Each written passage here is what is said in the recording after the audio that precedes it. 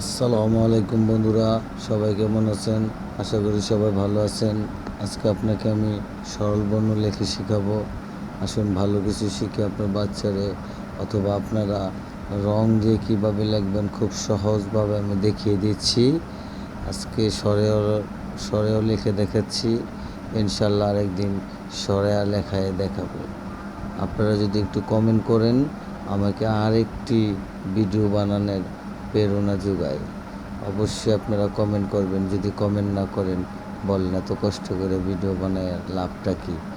আশা করি আপনারা কমেন্ট করবেন, কমেন্ট করে পাশে থাকবেন। এই তো স্বরেও কি সহজভাবে স্বরেও হয়ে গেল দেখেন, ইনশাআল্লাহ দেখতে থাকেন।